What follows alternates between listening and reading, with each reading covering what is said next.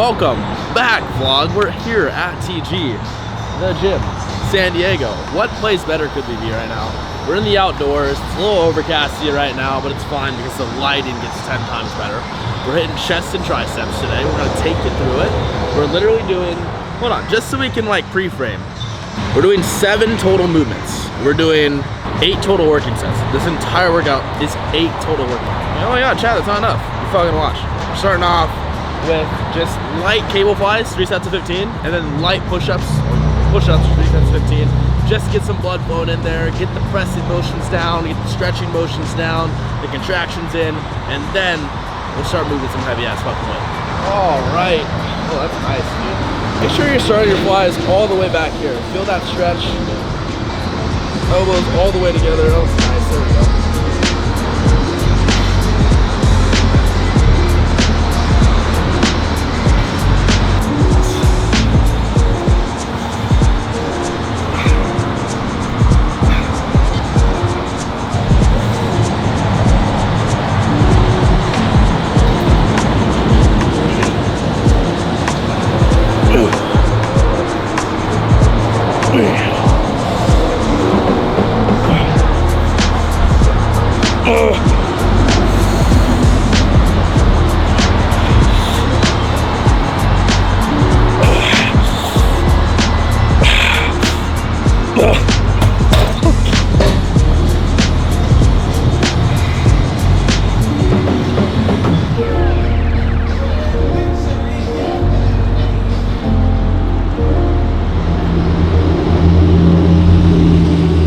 Guys, on the push-ups, how I'm actually doing them with my fists on the ground instead of my palms like this.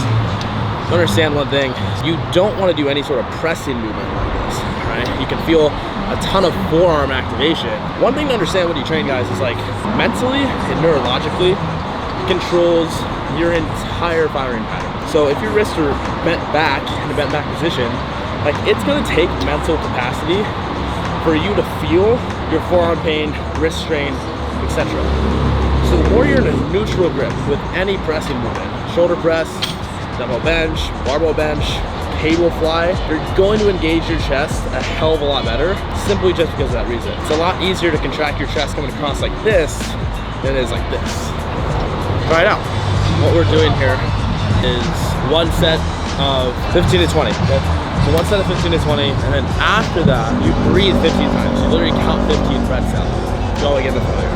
Breathe 15 breaths. Go again to failure. So you hit 3 failure sets after the set of 15 to 20. But it's basically one big set. Like I consider this one big working set. Week 1, you hit 15 reps with the same weight. Week 2, you hit 16. Week 3, you hit 17. Week 4, you hit 18. Week 5, you hit 19. Week 6, you hit 20. Then you up the weight. Does that make sense? Easiest way to progress lower low. Use rep ranges and increase reps, especially on movements like this, like a cable fly or cable curl, cable push down. It's not conducive for you to put 10 pounds on the bar every single time. Barbell bench, squat, deadlift, bigger movements, yes. Not this though. So keep that in mind. Okay. Now that my chest is pumped out of my goddamn mind, we're gonna do 1 set of dumbbell presses, like 12 to 15 with a slight pause, flat or incline. I'm gonna do incline. One thing to understand, especially if you do flies first before pressing, technically speaking, if you think about it, like it's fatiguing, right? I'm gonna go on this press set and I'm not gonna be able to press like my normal weight. Like I know that, but it's also easy to like fight momentum, lose mind muscle connection after doing flies. But understanding that you're not here to actually just press weight off your chest. Like that's not what the press is for. Like you want to get a proper contraction. So the same way I contract my chest with a fly, of bringing my elbows together like that and squeezing, it's the same way I want to press. So I get a full stretch, and instead of focusing on pressing straight up, I'm focusing on bringing my elbows together and squeeze. Biggest fucking cue for actually properly doing the dumbbell bench. So let's hop into it. 1 set.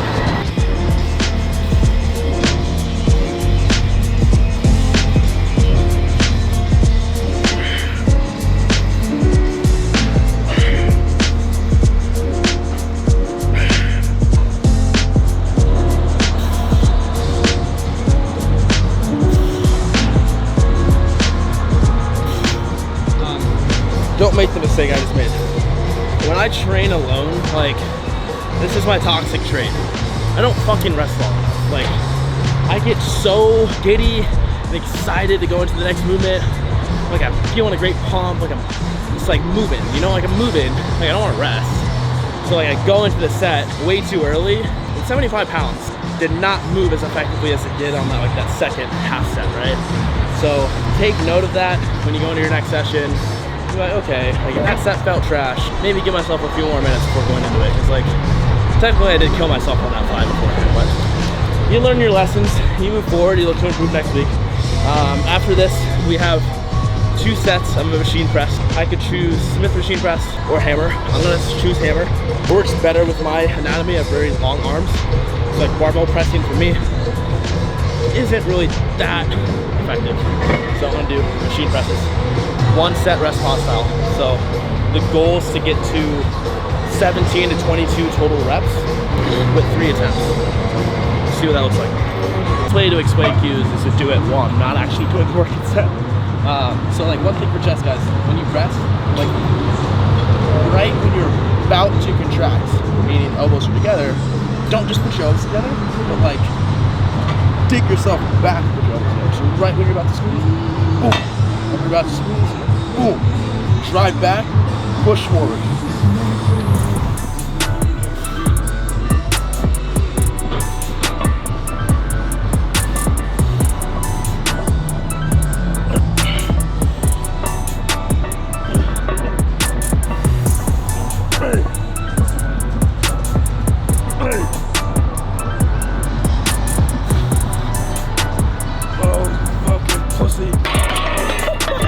So we're gonna do floor pressing. Superset, 2 sets of 10 to 12, supersetted with feet elevated push-ups, which actually hits your upper chest. Little known thing about the chest thing is you have to press up to get your upper chest. So when you're elevated, your push-ups essentially press. Floor presses are gonna help you with the strength of the lockout of a pressing movement, which I've always struggled with, especially when I powerlifted. You've just seen how I missed my 314 attempt or 312, I forgot what it was. Attempt at my powerlifting, I was right fucking kidding. Not only that, but big focus on contractions. Since you're not getting the full strength, squeeze as fucking hard as you can, right? So that's the whole goal of those. The feet elevated push-ups are a 3-second hold in the stretch position. We're getting a huge contraction of the strength of the stretch, and massive contraction with the floor press. So there's 2 functions that you have. Stretch and then contraction. Let's have a good time.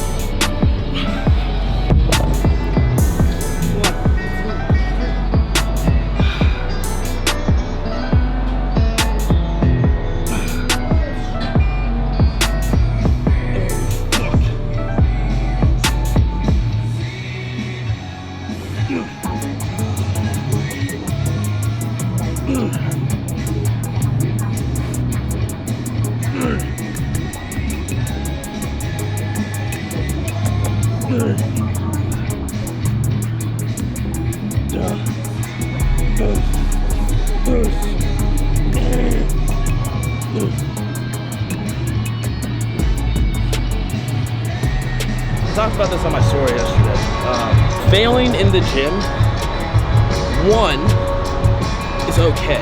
I think that, like, so many people are so afraid to fail, and I think that you shouldn't be training to failure if you can't execute a movement properly. That's highly irresponsible. Don't watch this movement if you're year 1 in the gym.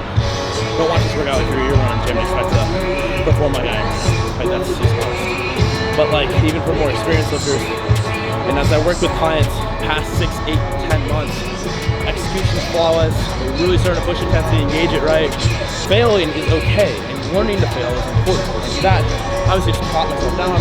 Dumbbells, second dumbbells, so your elbows start going back, drop the weight.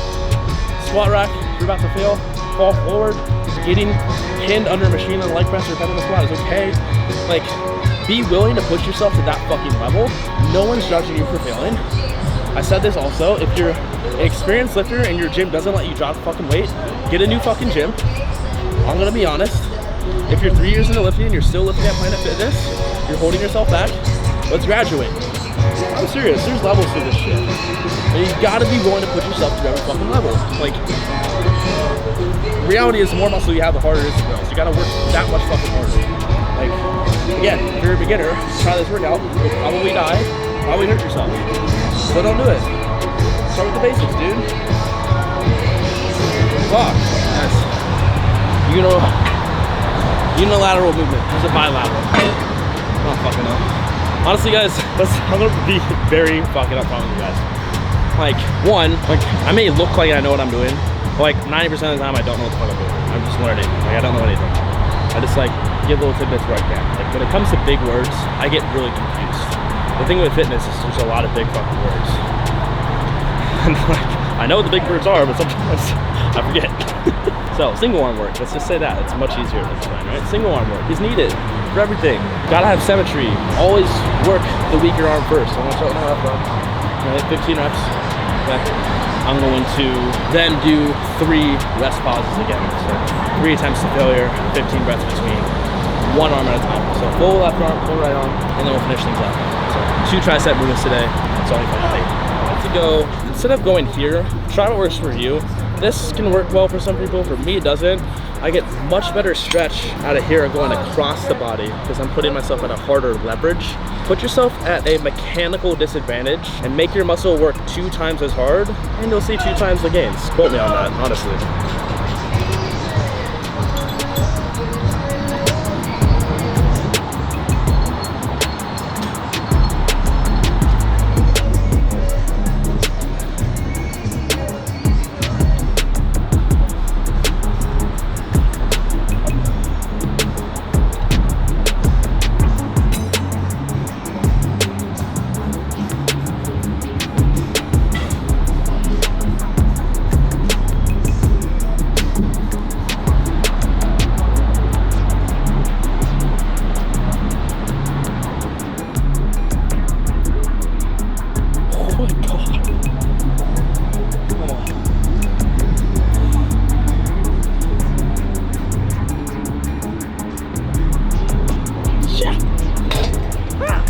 Straight into this for 20 reps, one side 20.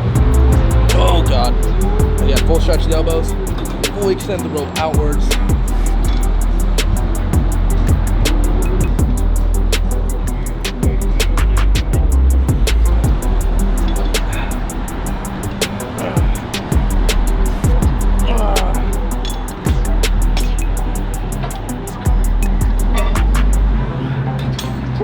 One little thing that not a lot of people think of when doing aerobic section is, one, if you leverage yourself like this, you're gonna be able to press way more weight, and in my opinion, you're not gonna get the best activation out of the muscle. Like, you're gonna involve more momentum, more prone to delt involvement.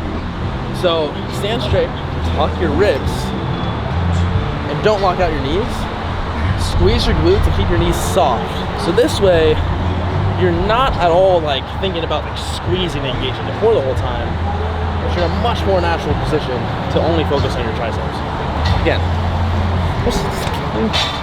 fuck man, if you got some fucking value from this, I really hope you did. Drop a like, and we're gonna move on.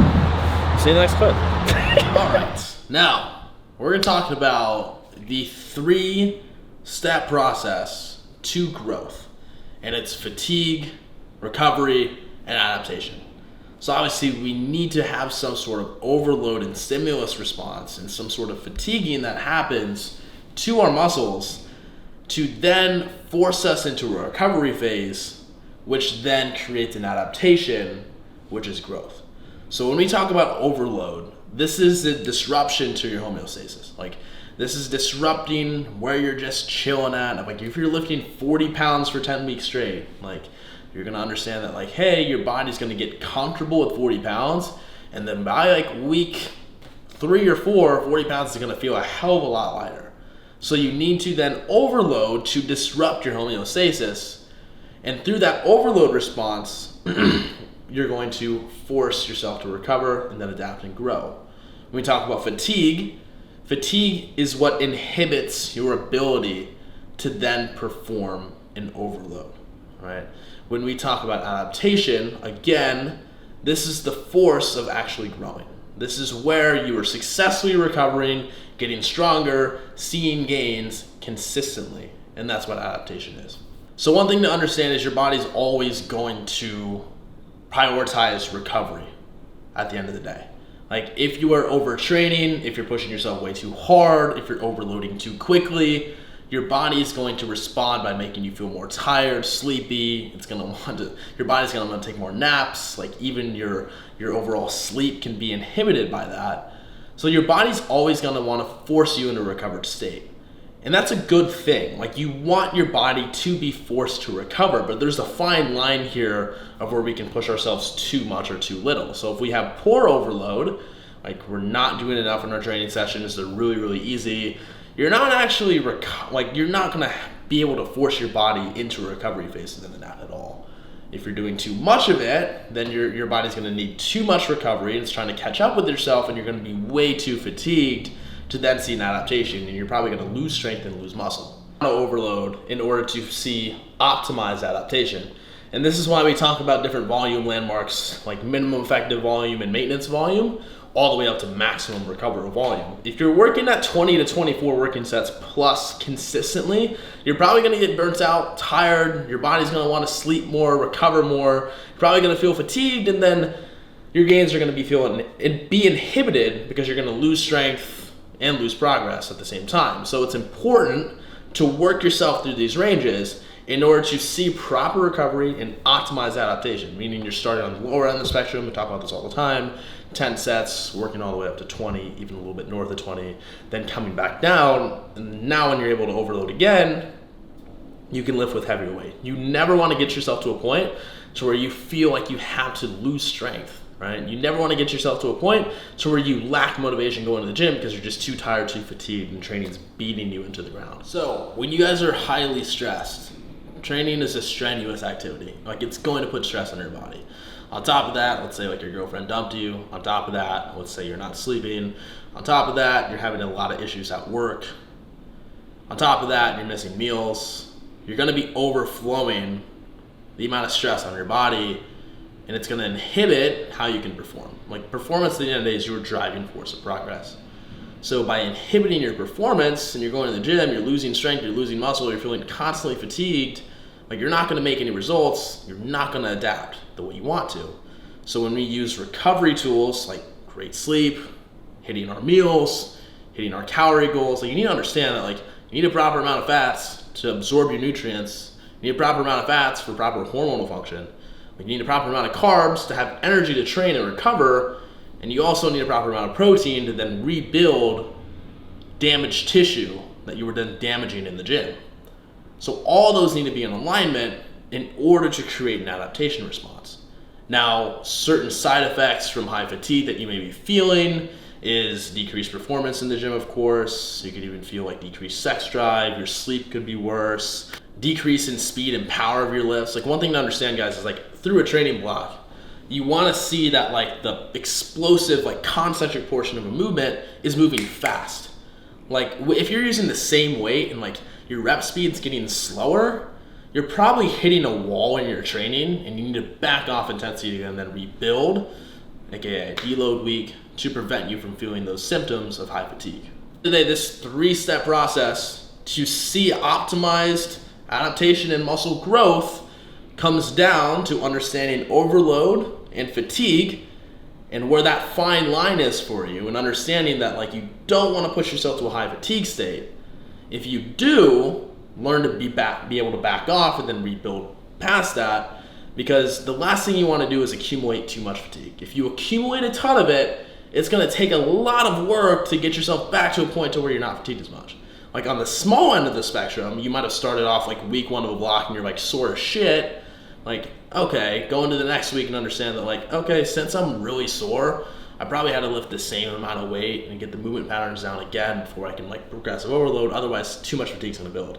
If I start week 1 of a block and I train to failure on everything, I'm going to run myself into a wall and the rest of my training block's going to suffer. So be aware of those things and understand that like fatigue will hold you back from adapting.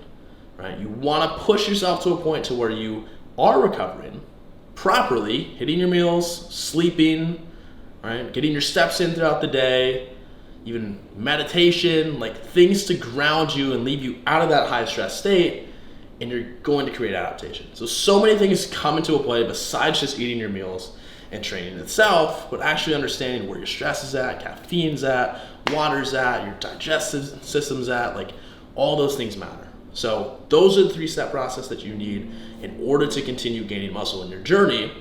If you guys want a free resource that's gonna really outline everything that we talked about today and how to exactly implement it, assess your fatigue, and actually create protocols for yourself to get out of that fatigue state, properly recover and adapt, all you need to do is hit the first link in the description. It's gonna be the link to our free Facebook group.